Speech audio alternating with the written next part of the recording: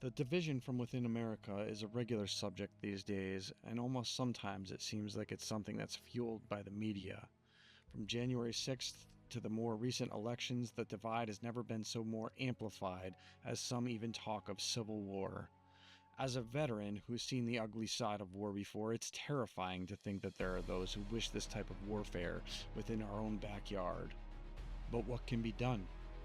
How do we take a stand against ignorance and the will to do harm by eroding the foundations on which America was founded? One such American, the first of the Iraq War generation to serve in Congress, has shown his own way through answering the call, not only to serving his country through military service, but also within the halls of Capitol Hill. Join us as we talk with former Congressman and Undersecretary of the Army, Patrick Murphy, on Veteran Success Story.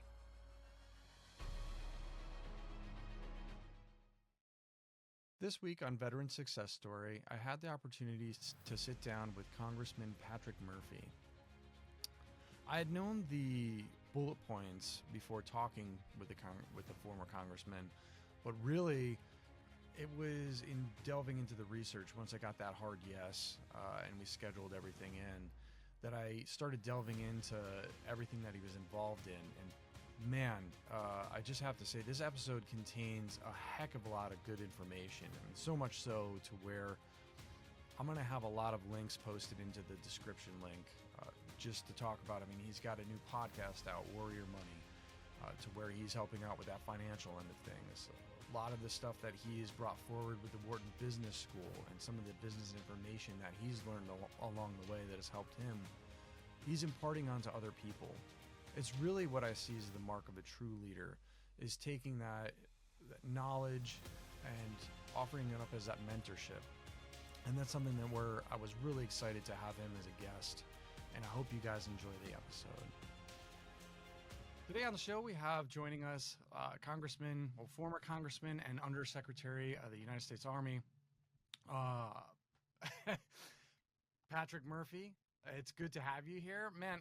Going through the accolades when I was preparing for the episode and everything, I knew the first Iraq war vet to serve in Congress, and it was the Undersecretary of the Army, and then all of a sudden when I start pulling it apart, there's taught at West Point, and I'm just like, holy crap, who did I get on this show? But thank you so much for coming on. No, well, thanks so much for doing what you do for our brothers to veterans. Let me tell you, I've been over backwards for our fellow veterans. I mean, they've done so much for our country, our nation, during a defining moment. So to come on your podcast, it's the least I can do. I appreciate you, being one of being one of your first guests too. It's an honor, and looking forward to the conversation, brother. I mean, that's one of the biggest things, though, is that I've seen throughout, and what really drew me to have you on as a guest is that you put yourself out there. You're one of those veterans that's out there. You're not just putting out some rhetoric or something like that. You're actually practicing what you preach, and you really are. You're involved with the community every step of the way, and it's really been exemplary through, going from service, going to Congress, going to and being involved in your community, and you're still doing stuff. Matter of fact, you had said something prior. You just started a finance podcast? Yep, I'm partnering with Yahoo Finance. We created a new podcast that we push out called Warrior Money. So Warrior Money is to educate our brothers and veterans, current active troops, to let them know, one, about fiscal discipline, if they want to get in entrepreneurship, if they want to better invest their money, so they don't get taken advantage of. Because listen, we all know it. There's a lot of barracks advice that folks get. Some are good, some are bad. And we just want to make sure that we take care of folks to let them know what options that are out there. If they want to go to places like get their MBA, what that means. I teach, part-time at the Wharton Business School, right? And about 10% of our incoming class every year are veterans or folks who served in government. So, we're just trying. It's me and my partner Dan Coons. We just launched it this past week. Our first guest was Admiral Bill McRaven. As you know, he needs no introduction. Navy SEAL, SOCOM commander who took out Bin Laden and finally brought him to justice. Wrote the book "Make Your Bed." I mean, he's just, Yep. He's the man. And so he launched that, and it's on all the channels. Obviously Spotify, Apple, all that stuff. So, and then obviously the website, Yahoo Finance. But we're trying to get out there So if you and others have ideas on how to share it or be involved, always welcome. I always say, God gave me 2 ears, but one mouth for a reason. Absolutely. And that's great that you're doing that, because I mean that is really one of the things that I see in the community and stuff, is that finances, they're not taught in our public schools. They're not, or the very minimal. And it's almost like something that gets glossed over. And then, like what you're saying, there's so much information out there, but also disinformation. So I mean, you're a very reputable source, and to be able to put that out there, that's amazing. Yeah, it's interesting. Well, I grew up very blue collar, right? So I'm still paying I still have student loans, but I grew up in a row house in Northeast Philadelphia. My father was enlisted in the Navy, then was a cop in Philly for 22 years. My mom was a secretary, so I was the youngest of three. And so, listen, I'm blessed, But we lived in a row house. I did have a gun pulled on me 3 times before I even turned 18, and things like that. But like, I didn't understand about what it means when you say make your money work for you, right? I didn't understand what investments was. I didn't understand like credit card, like just because you have a credit card, you know, doesn't mean that you should use it and max it out, right? And that's like the worst thing you do. It's like digging a hole and keep digging deeper, right? So, we're just trying to teach folks how important it is to have fiscal discipline, how important it is to be smart with your money, and not make the same mistakes as I did. Like when I was in Congress, like Bill, I'm blessed. Like taught at West Point, 2 combat deployments, came back, ran for office, and won for the U.S. Congress. But I'll tell you, I was one of the least wealthy members of Congress. I mean, I had like a negative net worth because I had a home, a mortgage. I'm in D.C. I have a, apartment. I'm paying for $1,500 a month. Like, and I remember being like, how am I like the poorest rich person in America, right? Like, and so, now, you fast forward, a little over 15 years later, and I'm like, hey man, my net worth is great. Like, I'm investing, and more importantly, I'm trying to teach other folks what I wish I would have known 15, 25 years ago, or, Frank, when I was 19 and didn't know.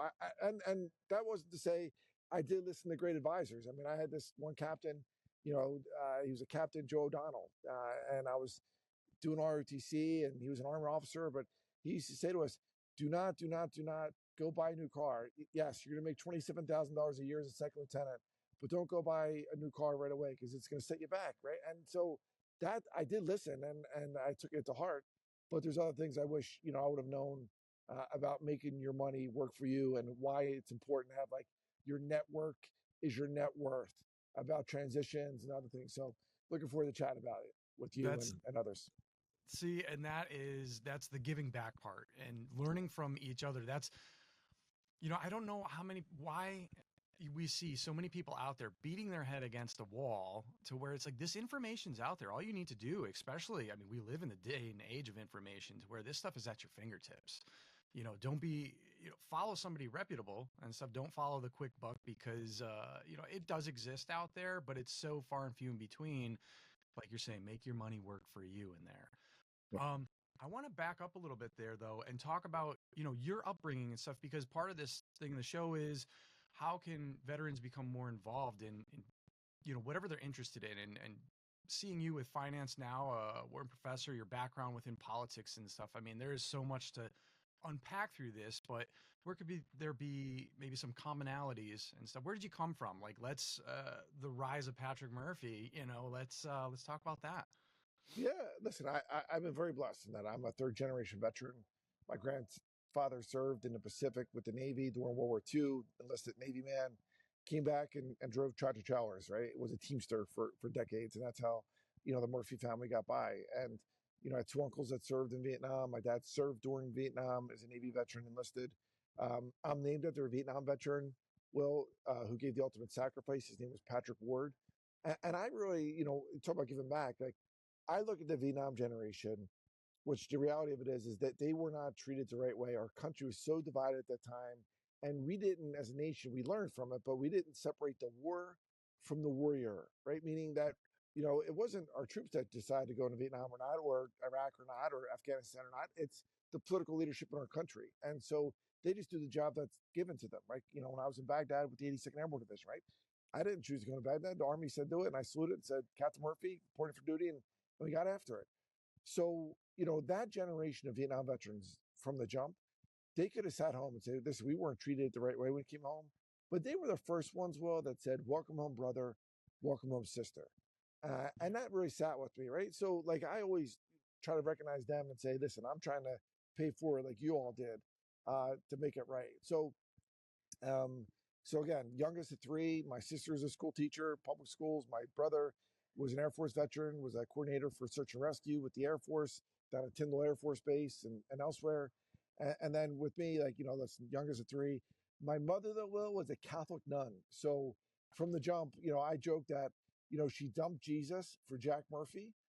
She doesn't like that version. She said, I left a comment and then with my father. I said, yeah, Mom, but the story doesn't work that well. But no matter, and you were gracious in your intro, like, yeah, I've been blessed in that, I helped lead the Army as a 32nd Secretary of the Army. I was in Congress, etc.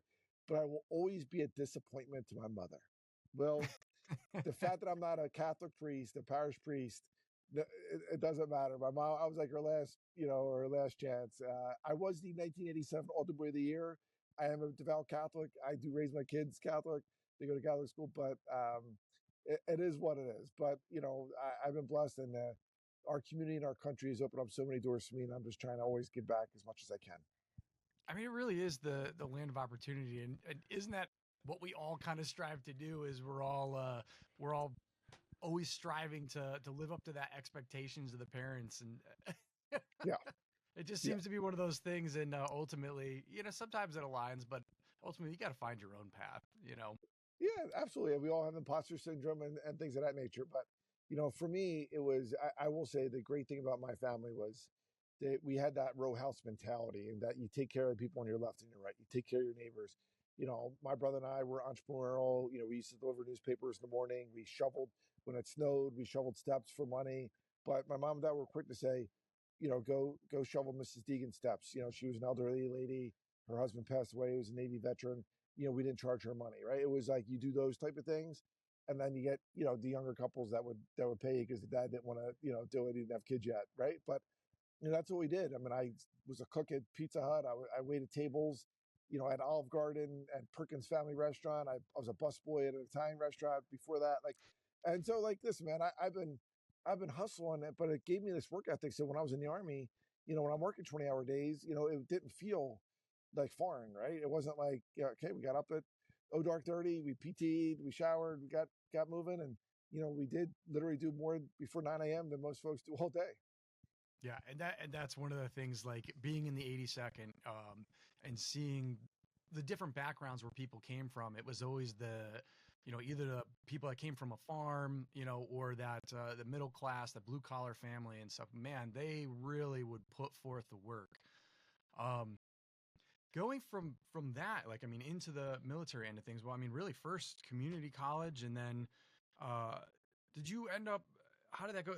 Community college and then you went towards law school, and then ended up in the JAG Corps. Yeah, I went to Bucks County Community College, and then I transferred to King's College in Wilkes-Barre, Pennsylvania. So I was full-time community college, age 17, 18. And then I joined my brother at King's College. It's a small Catholic college in Wilkes-Barre, Pennsylvania. It's one of those Holy Cross schools, and there's 7 Holy Cross schools across the country. The most famous one, frankly, is the University of Notre Dame. So it's Notre Dame's sister school. This one's called King's College in Wilkes-Barre, but there's the University of Oregon. I'm sorry, University of Portland and Portland, Oregon. There's Stonehill. There's a bunch of them.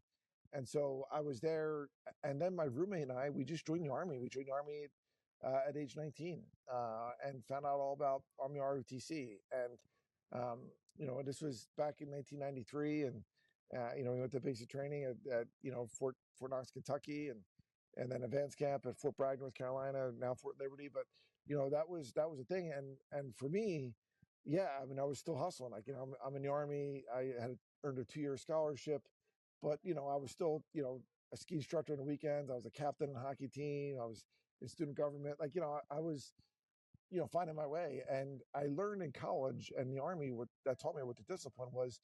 I was always a hard worker, but I didn't work smart, right? So it's, you still got to work hard, but you got to work smart. And so are you thinking strategically? Are you thinking critically? And so that's what I try to impart on my students when I taught at West Point, when I teach at the Wharton Business School. Like that's what I try and guide folks, or when I mentor young Americans. Yeah, big picture thinking and long term. Yeah, create that whole picture there. Yep. Now, I know looking at some of the history and stuff, I see when you were in Iraq, I mean, you're serving as JAG Corps, but I mean, your unit, your brigade ended up losing 19, and I heard stories of you hosing out like the Humvees, and that's not like a typical. I know someone who also served in JAG Corps, but I know that's during the invasion end of things. So I mean, that is like you are hustling and doing everything out there. I mean, that just sounds between, I'm sure working with the generals on that end because that's what they're doing. There's SOFA agreements and there's ROE, and then you're looking at specific situations and through the ARs. I mean, what does that look like? Yeah, well, I was lucky because the invasion of Iraq was my second deployment. My first one was to Bosnia. So I was Okay. in Tuzla, Bosnia, and people forget about Bosnia. I mean, that we stopped as an American military. We stopped the worst ethnic cleansing in Europe since World War II. They were Yeah. killing tens of thousands of people just because they were Muslim, right? And load them up on basically busloads of folks, and they would ship them off, and they would pull off the side of the road in towns like Srebrenica, and make them leave the bus and execute them on the side of the road just because they're Muslim, right? And in America, Mhm. we forget, like, we have millions of Muslims that live in our country. I mean, we're all about religious freedom. Like, I'm a devout Catholic, but we have all these great faiths: Jews, Christians, agnostic people, atheists, etc. But still, um, so I did that deployment. I served under General Petraeus at the time. Our ground forces commander with the 25th Infantry Division, our unit in Bosnia was then Colonel Mark Milley, who became General Mark Milley and Chairman of the Joint Chiefs of Staff. So I was there, and then I came back, and then was part of the, was reassigned with the 82nd, was part of the invasion. And part of it was, we were responsible for Al Rashid, Baghdad, which is the largest district, about 1.5 million Iraqis in Baghdad, Sunni and Shia. But we were a brigade combat team, right? We were the second brigade, the 82nd, so there's 3,500 of us. So it wasn't like when we had the lead convoys, it wasn't like, well, Captain Murphy, you're a JAG. I mean, I was taught as an infantry officer. I'd say you're trained as an RTC, and so whether it was leading convoys or doing what we had to do, or you know being on top of the roof, at our Fort Op, because we didn't have any generals. I mean, our highest rank was one colonel, full-bird colonel, but it was quick and fast and 138-degree heat, and it was Yep. tough. But I had the opportunity to serve in the company heroes, and it changed my life for the better. It sounds 110% like the 82nd Airborne. I mean, it's like, hey, we need a slot, and someone jumps to, or someone gets pushed into that spot there. But Well, it's funny. Well, when I joined the Army in 19, though, I will say, I did say, because my uncle, my mom's twin brother, served in Vietnam, and he was 101st in Vietnam. He's also 82nd Airborne Division. So when I joined the Army, I said, I want to be an airborne ranger, right? That's why I went to airborne school, air assault school. I was training up for ranger school when 9/11 happened. But for me, I had to work my way to get into the 82nd and be that person. So to me, it was like when I was there, I felt blessed that I had that incredible opportunity to serve. And I was picked over other captains that volunteered to go, right? And so to me, it was like something that, like I said, changed my life. To serve in the company of those heroes, and to serve, I still keep in touch with them. I was just in Dallas, Texas the other day, with my private first class, Juan Arevalo. And Juan, his nickname was RV, but he never met his father. He joined the Army. He was making $16,000 a year as a private first class. And he was like, Captain Murphy, he goes, I'm the richest person in Baghdad. I'm like, yeah, RV, how's that? And he goes, do you know that this is tax free? So I'm really making not 16,000 a year. I'm making $24,000 a year. And I don't know if they give me free MREs to eat. And it was just like, but that's the spirit of these warriors that you and I had the opportunity to serve with. so going from serving in Iraq, serving in the 82nd Airborne, and then transitioning over to the civilian side, what led you to run for Congress? You know what? I was an independent my whole life. So it wasn't like I was a Democrat or Republican, right? I voted both parties. I voted always for the person. But I remember being in Iraq, and they were trying to cut our combat pay back in 2003. And again, this hazardous duty pay, it's not a lot of money, especially as a captain. I was making, I think close to $38,000 a year. But to cut the pay for my troops, like the private first class and special, like it irritated me that that's what the Congress was doing. And I realized that in Congress, where it used to be of every 5 members of Congress after World War II, 4 out of 5 were veterans. Now it is less than 1 out of every 5. So, to me, it was like, all right, I'm gonna go do this. And so I got involved in political public service. I ran, I won. I only won by 0.6%. I was outspent by over $3 million, but We won in Bucks County, Pennsylvania. So it's one of those swing districts. And then Yeah. I won again. But, it wasn't just about me winning. I was then trying to get other folks, to run. So, I'm really proud that my best friend in the Army became my best friend in Congress, and now we're business partners together. And he was a Republican, I was a Democrat. His name's Tom Rooney. And to me, it's important to let people know that our veterans are civic assets, and they're more willing to be independent than any other political party, and they're more willing to put our country first. And that's what our nation needs right now. Not people are going to be so partisan, just to fight. That's one of the biggest things too, is that I saw right there. Number one, veterans seem to be bipartisan in a lot of stuff. They cross that aisle quite often. And not just that, but one of the stats that, I don't know how they came to this stat, but I looked at it. It makes sense to me. Maybe not as high as I saw, but um, that a veteran serving in Congress, which again, like you said, there's a very small amount, whereas back in the 70s was much higher. Um, but it's declined over time. But a veteran income is something like 45% more effective, like more policies, more work done within Yep. Congress, which is just, they're taking that same military mindset of getting stuff done, putting in those routines, putting in those structures, but making a difference. And I think that's one of the biggest things, that we all have that purpose. Yeah. But then when it's able to be put to use like that, they don't let it go to waste. Yeah, yeah, yeah. And it goes in the tradition of our veterans, right? Whether it was George Washington, who was our first commander in chief, whether it was John F. Kennedy, who was a World War II veteran who came back and became a congressman, then a senator, and then the president. John McCain, who always put the country first. They call him a maverick for a reason, because he would buck his party and buck folks, that he would always, do what he thought was right. And that's what we're missing most in Washington right now, and that's that moral courage. People who Yeah. will buck their party if need be to make a difference in people's lives for the good of the order, and not do things that are just what everybody else is doing. Yeah. Like, so really, and what we're talking about here is focusing on the issue instead of the politics behind it, and really that's probably one of the best advices that I could say is for the people on the Hill now, and the people that just got elected in this turnover, is like, look, guys, this country it's hurting right now, and there's never been more divide. Why get involved, but like, look at the issues. Let's solve Yep, the issues together. yep, yep. Yeah, and so that's what I tried to do when I was in there. Raising the minimum wage. Writing the bill that repealed Don't Ask, Don't Tell, because we kicked out 13,000 troops, because that's who, you know, it was crazy. I mean, if we should kick people out if there's misconduct, whether they're gay or straight, but that kick them out just because who they love was crazy. But also things like, I got a veteran cemetery for 350,000 veterans in southeastern Pennsylvania.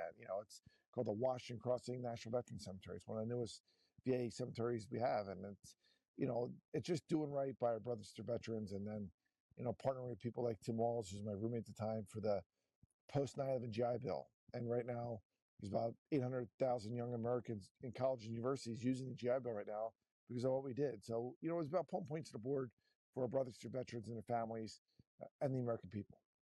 Oh man, we got two or three things right out of that right there that we could talk about. I mean, that was to go back to the first one, the don't ask, don't tell policy repeal. I was actually in when all of that went down, and we had just come off of a combat tour to where we had one of the guys that we were in with. He wasn't in the same platoon as me, but he was very clearly homosexual. Nobody had an issue with it whatsoever. Like, there was never, it was just like stay in your lane kind of thing, and nobody had a problem with it. And then it's repealed. Things changed on that end, but nothing actually changed on what was going on at the ground level. Nobody Yeah, and that cares was of that. yeah, that was my whole argument. When I was on the Armed Services Committee and on a personnel subcommittee, and then we had people testify like, "Oh my God, if you do this, there's going to be, you know, gay rapes in the barracks," and it's like, what? I'm like, we have heterosexual, we have women serve with us like this, and we have the UCMJ. In fact, women are safer in the military than they would be in college campuses, right? So it's like, come on, man. Like, we have the Uniform Code of Military Justice, we have Army regulations, like our government, we put a special trust and confidence in these young Americans. We put an M4 assault rifles in their hand. Like, we got to trust them. And if they're in love with someone back home, we don't care if they're gay or straight. Can they do their job? Can they kick a door down? Can they, help people out, and not get involved in who they're writing, letters home to? Yeah, exactly. That's my thoughts exactly on all of Yeah. that. Um, what was the man? So we went from, I mean, and the GI Bill stuff there with Tim Waltz. That's one of the best things that I see. You know, it's one of the things that I used and utilized and used to my favor like quite a bit. And really, it's something that I should have looked at more when I first got out and used it within that transitionary period, because it really gives you kind of that reset time. You know, you're acclimating to how civilians around you and Yep. stuff are, which a lot of the combat vets, we might have a little issue with that just because of that world of things. The world of the infantry is very, very clean cut, very black and white, and very abrasive at times. But everybody there, I really feel, they have their heart in the right place. It's just it's a different, I guess it's a warrior culture almost. Yeah. Yeah. And I would say, like, it always looks easy retrospectively, right? So just like the repeal of domestic law looked easy, but, we kicked out 13,000 troops. It was like 2 or 3 a day. And I had members of Congress that were veterans that they basically said, Murphy, you're going to have blood in your hands. Like, I mean, they were pissed. And even though it was bipartisan and all that stuff, but, we had not even had a hearing in it. And, in over a decade since it was implemented. So to me, it was crazy town. And I was willing to, fight for it because it was the right thing to do, even though I'm straight and all that. But on the GI Bill, again, another thing where, our unemployment rate of veterans, of post 9/11 veterans like you and I, was 16% at the time. 16%. So when you look at every year we transition out about 200,000 troops, that's tens of thousands, like, right? Like you gotta do what you can. So that GI Bill was incredibly important. And I think, well, the thing I'm most proud about it is when you look at the numbers, we're investing in these young men and women who served our nation. They are on average will average a 3.2 GPA. They will major in STEM. They will go out and do great things, and it's a great thing. It's a win-win for our veterans, for those colleges and universities that want to have leaders of character in them as students, and then for our nation, because they're going to be civic assets for the rest of their life. Absolutely. That's so. Then you, man, it goes from there. Is there a break or something, or some you got approached to be? Well, there looks like you were actually the Secretary of the Army for acting Secretary of the Army for a small period, and then Undersecretary under the Obama administration. How exactly? I mean, they just came to you and said, "Hey, like jump on in here." Like, how did that all come to be? Yeah, I mean, listen, I had done these bills, like the repeal of donation hotel and the post-time GI Bill, and then there was a wave election, meaning 63 seats, 63 Democrats lost their seats in the Tea Party wave of 2010. I was one of them. I lost by single digits, and so the party bosses, party said to me like, "Hey, Pat, you barely lost. Next year, 2 years now, it's gonna be presidential year. Run again." I was like, "Hey, man, no, I'm good. I did 4 years in Congress. I put a lot of points on the board. I'm good." And then President Obama, who I love, like he said to me, "Hey, Patrick, can you stay in and work for Secretary Gates as a special assistant or whatever?" And I said, "Hey, sir, like I love Secretary Gates. I love you and I love our country." I said, "But if you want me to serve in some capacity, you got to give me." I would serve in some type of portfolio. I don't need a job. I'm going back home to Bucks County, Pennsylvania. So if something comes up, you want me to do it, I'll do it. But I don't need to be, I don't need to carry someone's bag, right? I was like, I'm good, sir. Thank you. And and a few years later, I saw President Obama. He's like, "Hey, Murph, like, my last 2 years as the president. Like, I got to finish strong, make some changes at the Pentagon. I need you to go help lead the Army." And he goes, "I'd like you to serve as the Undersecretary of the Army. It's opening up." And I'll be honest with you, Will, even though I was in armed services, even though I served in the military, I didn't exactly know what the Undersecretary of the Army was. So basically, it's like the COO of the Army. I mean, I literally Googled it, the org chart of the Army, Department of the Army headquarters. So when I saw it was the COO, and then I needed assistant secretaries, et cetera. But I went back and said, "Yep, yes, sir. I'll go do this and help you finish strong." And we did it. We hit recruitment goals for the first time in 5 years. We got after it, and that's really important because it's America's varsity team, and of our million soldiers in the Army, Will, the majority of our soldiers in the Army, unlike the other services, are actually in a reserve component, meaning National Guard or Army Reserve.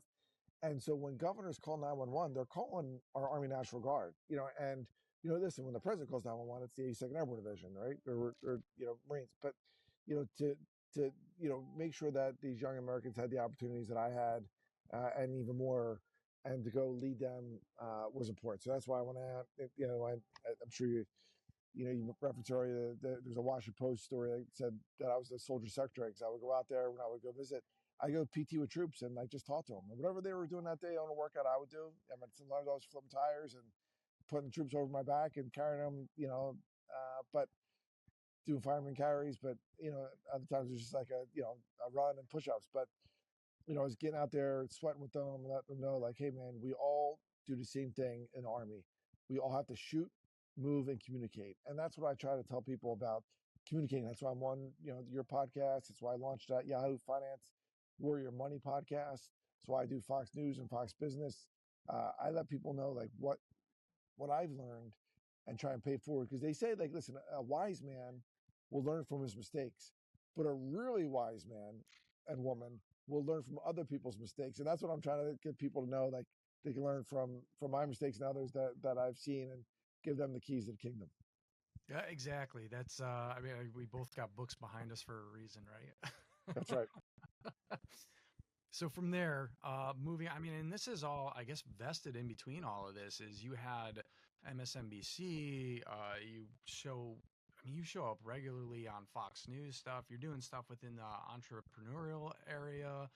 You want to go into a little bit more about what, and where your path led and some of either the pitfalls along the way and where your learning points were? Sure. Yeah. Listen, when I left the Army JAG Corps after 5 years and before in Congress, I'm a lawyer by trade. I mean, I was a soldier at 19, but then, eventually the Army company to go to law school and went on to go teach at West Point, et cetera. And then 9/11 happened and deployed. But, I tried a bunch of cases. I tried terrorists and stuff like that. Right. So when I did those things, and then when I did them and then like getting out, I, to me, what was important was the ability to give back and to solve problems. So when you talk about entrepreneurship, half the veterans after World War II came back and started doing small business, creating incredible brands, iconic brands like Nike, the largest sports apparel company in the world.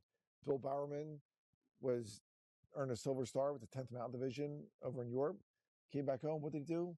Like a lot of veterans, he became a track coach at a high school, then got the track coach job at the University of Oregon. Who was the student athlete? Phil Knight. It was doing Army ROTC. They started Nike in the back of the car.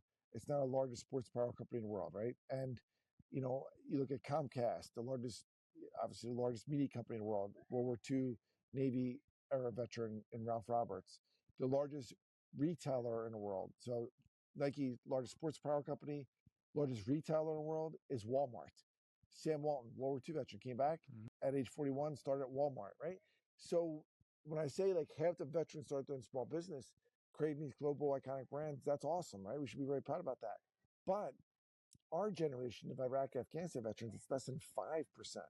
So access to capital is a big deal. So my partners and I, we've invested about $75 million already, assets under management, in 63 mostly veteran-owned companies that are dual-use companies that have a private sector use and public sector use. So that's what we get after. That's what we do. It's not charity; it's business. But some of them are doing phenomenal, and I can elaborate if need be. Yeah, hey, that's the VC world. Is there any one in particular that you want to, I guess, talk about or give a shout out to? Yep. I mean, there's like veterans like Blake Hall, and Blake Hall was, Vanderbilt ROTC. Blake Hall was part of the Ranger Regiment, and Blake Hall, is a great American. And he came back from Iraq. He went to Harvard Business School. He then had this idea called ID.me. And ID.me, we've invested in it. My partners and I invested in it when it was the PowerPoint side and throughout. And that company's worth about $2.7 billion right now, right? And again, if you go into, Home Depot or Lowe's, you get the veterans discount. Well, it's ID.me in the private sector that verifies you're a veteran, or an educator for an educator discount, or using Verizon, or in the government side, filing your taxes with the IRS. They use ID.me, right? So again, it's just investing in these young veterans. And the reality of it is when I tell people, Wharton, et cetera, most small businesses in America will fail. They'll fail quick within 2 years. They will never make $1 million of revenue. I found the companies that are still successful, that are doing great, and so I have that entrepreneurial spirit. But part of it is I'm trying to guide people on what they could do to succeed if that's where the heart is, and that's what they want to do, and that's their, frankly, their new mission, their new purpose. Yeah, and imparting that wisdom and stuff on that end, and helping mentor them through that. That's, and that's where I see you had that teaching point. Well, I mean, geez, the youngest professor over at West Point, but now you're at Wharton Business School, which is, I mean, there's no slouch there. To be part of that crew, it says something, and to be able to be a voice or be a teacher and lead that next generation along, it says a lot. Yeah, well, it's funny because we joke that there's 850 new students every year at Wharton, full-time students. So it's a 2-year program. But like I said, about 9-10% are veterans or former government employees. But we joke that we make more billionaires than any other business school in the world, right? And when I teach, I'm usually teaching in Huntsman Hall, and it's named after John Huntsman, who was a World War II veteran, right? And so, like, I let people know, and most folks don't know that, and then when I teach them, I used to tell them about one of their predecessors was a guy, Alex Skorsky, who was a West Point guy, Army Ranger, went to Wharton, and then worked for Janssen and then Johnson Johnson, right? And he was the CEO of Johnson Johnson, which is the largest healthcare company in the world. And he's just a great American, always gives back. But like, you got to show them what right looks like. These young men and women go on to do phenomenal things, and just let them know what they can do and believe in them, and then kind of guide them, right? They have questions like anybody else, but if they're willing to take the time to make themselves better, I want to make the time to help them where I can. Yeah, leading by example, leading from the front. A lot of the same exact stuff that I was imparted in the service, and Yeah. really why we're here today. Yeah, well, it's an honor for me to be on with you, man. I appreciate what you do. So, through all of this and everything, what would be your advice to somebody who's trying to get involved in civic engagement, trying to get involved within their communities, and whether it's politics or just being involved within your community, making a difference? Um, what's the advice of Patrick Murphy coming? Well, I'd say a couple things. One, follow your passion, right? If you're passionate like about political public service, get active. Whether you have to be a candidate or just behind the scenes, but if it's in political public service, it's one vote, right? And most veterans are independents, right? And like in Pennsylvania, like one of the things I work on is like of our 1.3 million. So in Pennsylvania, we have 12 million people. Of our 12 million, 1.3 million are independents. Of our 800,000 veterans in Pennsylvania, again, a majority are independents, right? And allowing them to vote in primary elections, like right now, they can't vote in primary elections, right? So if I'm an independent, if I like a candidate, I should be able to vote in a Republican or a Democratic, primary.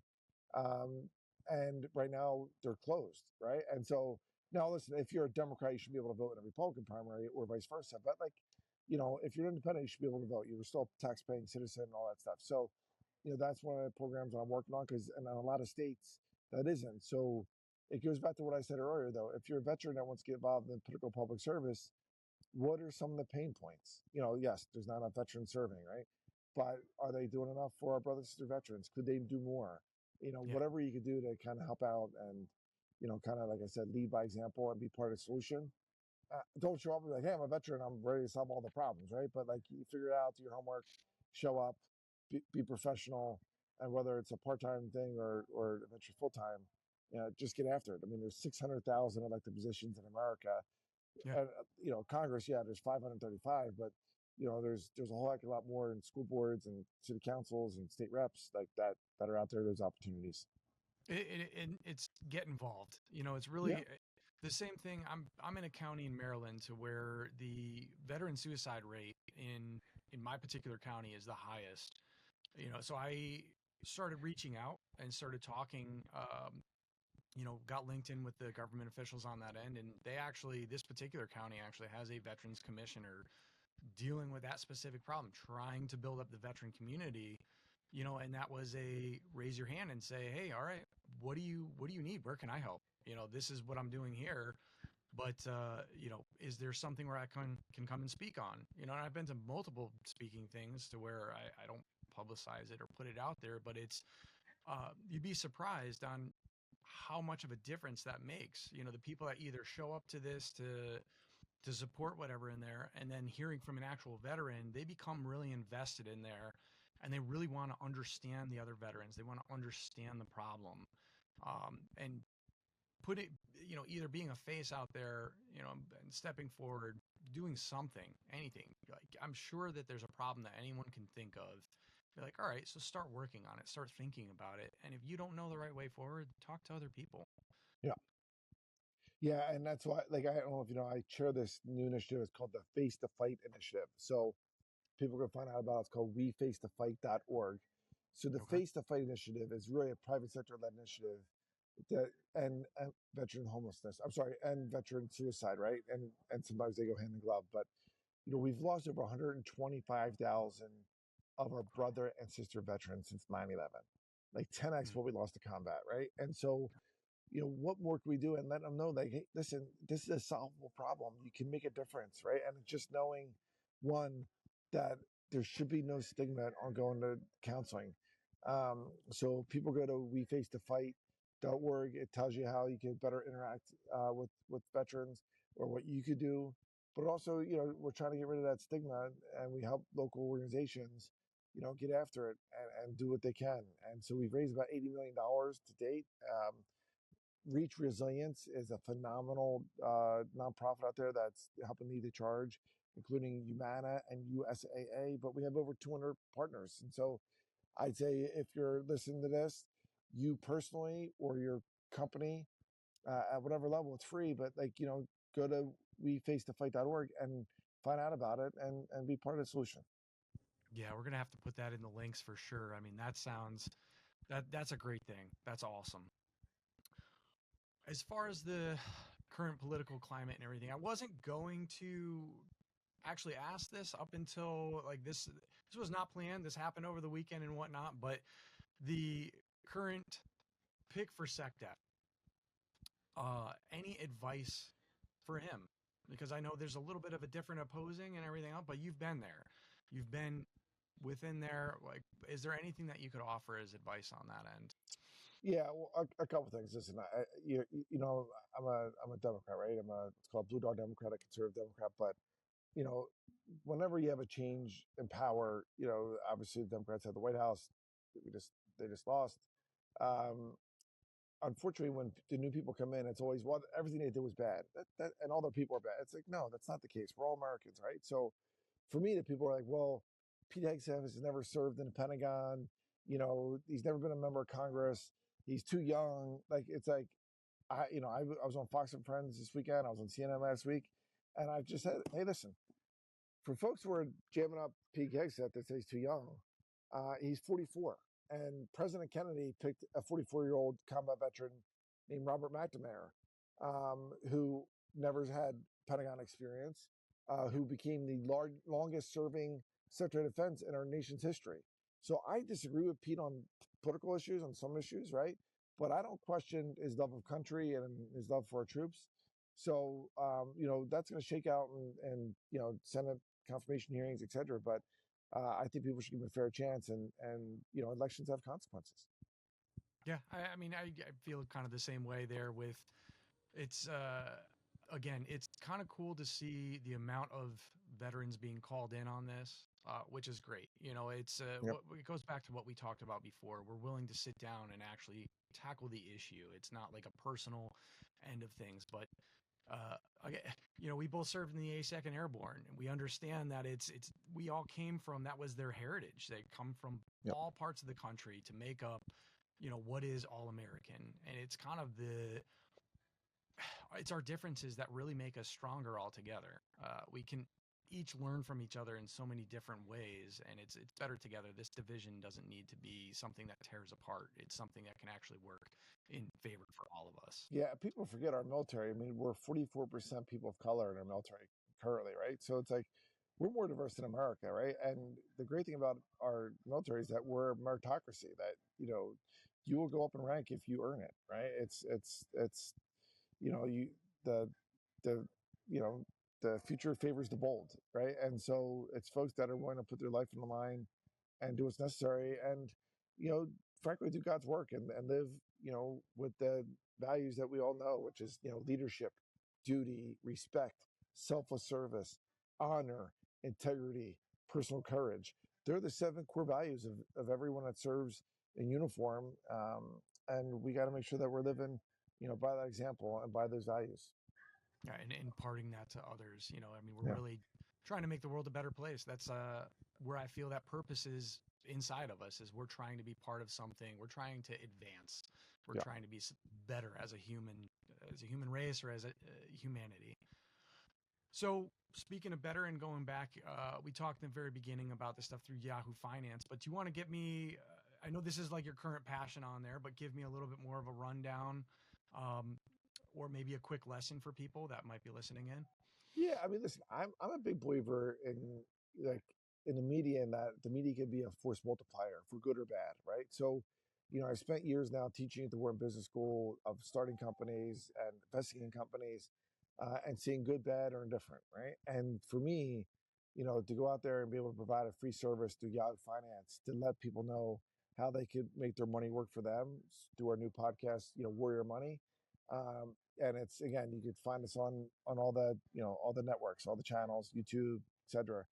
But we had these great Americans as guests. We had people like Admiral Bill McRaven, talking about what it was like. Now he's at Lazard Bank, which is one of the biggest investment banks in the world, right? And he talks about, like, people want to make sure he can solve problems and what he's bringing to the table, and why he wrote the book, Make Your Bed, why he had the opportunity to lead the University of Texas, system as a chancellor, right? So all those type of things, we get with great guests.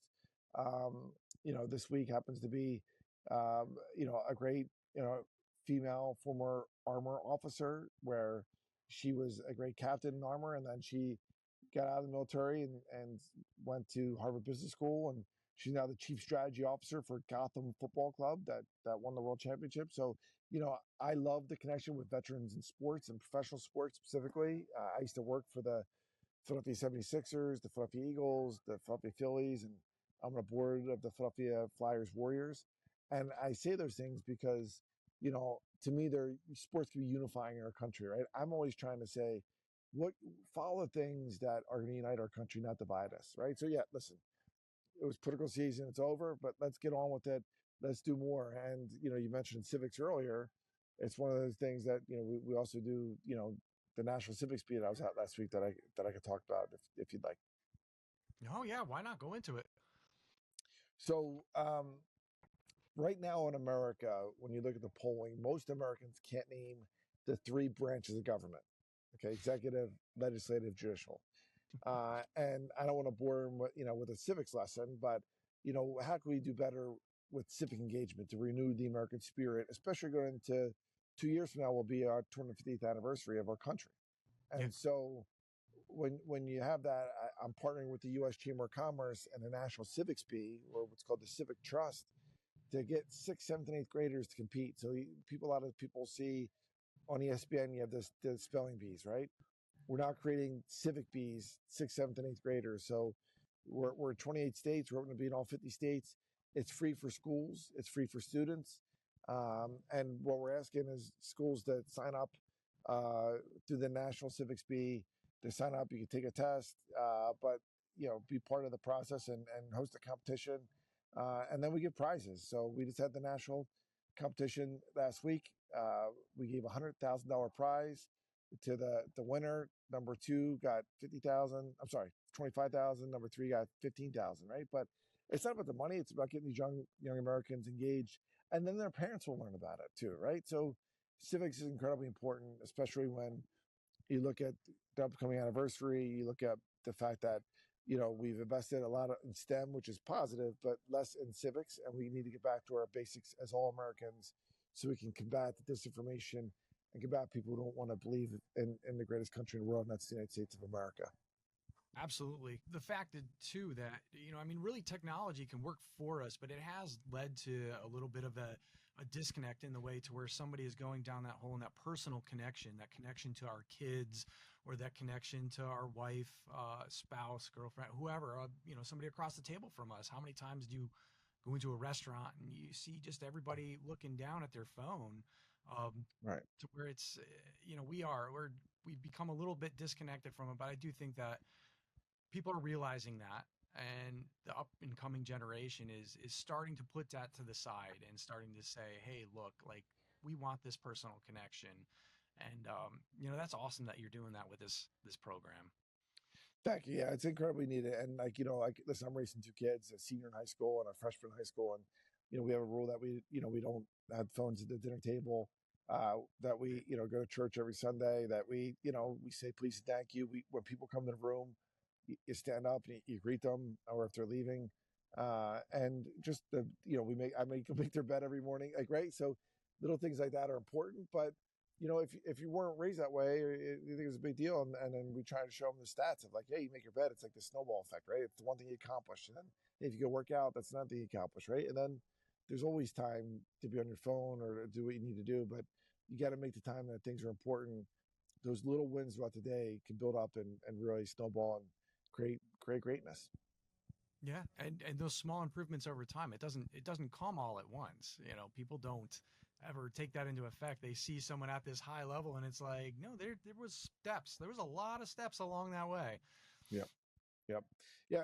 People ask me all the time, like, I've been so lucky, but part of it was, when I was at community college full time, I was still working three jobs, right? And then when I went to a regular college, and then joining the army, like, I was still working because my first year I didn't have the scholarship yet, right? So, um, and then, I got commissioned as an Army officer, and then eventually the Army company used to go to law school. But, then again, that was on my own dime. They didn't pay for it, right? So, I mean, I was given plasma. I was working 25 hours a week, which is the max you could do. And then I was given plasma on the side, right? Because I was just trying to get by. I wasn't independently wealthy. It was on me. So, and I'm not complaining about it, but, our country is this land of opportunity if you're willing to take it and work hard at it. And not just work hard, it's working smart. And that's what we're doing to pay forward through this, Warrior Money podcast and elsewhere. So, if there's anything that you want to leave the listeners with on the end towards working through their own path to success, whatever that might look like for them, maybe even something that you could go back and tell yourself at the beginning of everything, what would that be? I think part of it is like, go, and if you have a role model and say, hey, I want to be this person in 10 years or 20 years, how did they get there? And then reverse plan it out, right? And ask people for advice. People are willing to give you advice. Uh, you know, follow up on things like LinkedIn.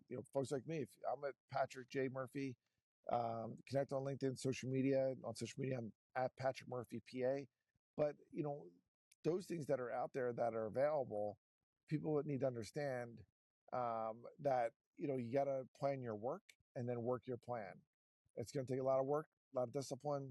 Uh, but if you work hard and work smart, you can get there, right? And there's organizations and brothers and sisters out there that are willing to help you. So if you're a transitioning veteran, and there's again 200,000 that transition every year, there's things like Hiring Your Heroes, which is a great nonprofit with the Chamber of Commerce, that they do these career summits all these military bases throughout the world. They go there and it's free. It's free for companies, so that you can sign up if you're a company. If you're a transitioning veteran or military spouse, you can show up and get a free headshot. You can get briefed on how to have a better resume. We have this thing called the resume engine, and then you can do one-on-one interviews with corporate America to find out about their industry and find out about making connections. um, those things are important, but you got to put yourself out there, right? You got to take the time to go do that. And that's why, like, I devoted my life to helping my brothers and veterans. But it's not just like to be a cheerleader. It's about giving them concrete advice and opportunity so they can continue to do great things, because they are civic assets. So the one piece of advice is, we are not victims. I see the commercials, for only $19 should help these poor veterans. We are civic assets. In fact, our veterans are more likely to be employed now than non-veterans. They're more likely to vote in elections no matter what their political persuasion is. They're more likely to start a small business and for that small business to be successful, right? We are civic assets, and we got to amplify our brother and sister veterans when they're doing right. So whether it's my podcast or Jack Carr or other veterans that are out there, stop trying to tear each other down. Let's build each other up, because as the great Ben Franklin said in Philadelphia once, if we don't hang together, we're going to hang separately. So we got a lot of work to do. I don't think I could have ended that any other better way right there, man. Congressman Murphy, thank you so much for coming on. Thanks, I really it. appreciate you taking the time. Hang tight, and we'll talk right after this. I Sounds appreciate good. it. Airborne. All the way. Thank you for joining us on another episode of Veteran Success Story. We always try to bring forward a guest that has something to offer and something to hopefully inspire or help other veterans through some of the difficulties or the path that they're on right now. It's through creating this in a long form format where we hope to be a force multiplier and get to guests or get information that possibly people wouldn't have access to otherwise. Make sure that you check the description links within the episode, as there's going to be just a multitude of information and really what is the gold that Patrick Murphy offers through this episode and everything that he's doing throughout his life and in the veteran community. So I hope you enjoyed the episode. Sorry for the technical glitches at the very end there. It's something that we're working on along the way, but we hope that you got some value out of the episode. I know I did, and I hope you join us for yet another episode of Veteran Success Story.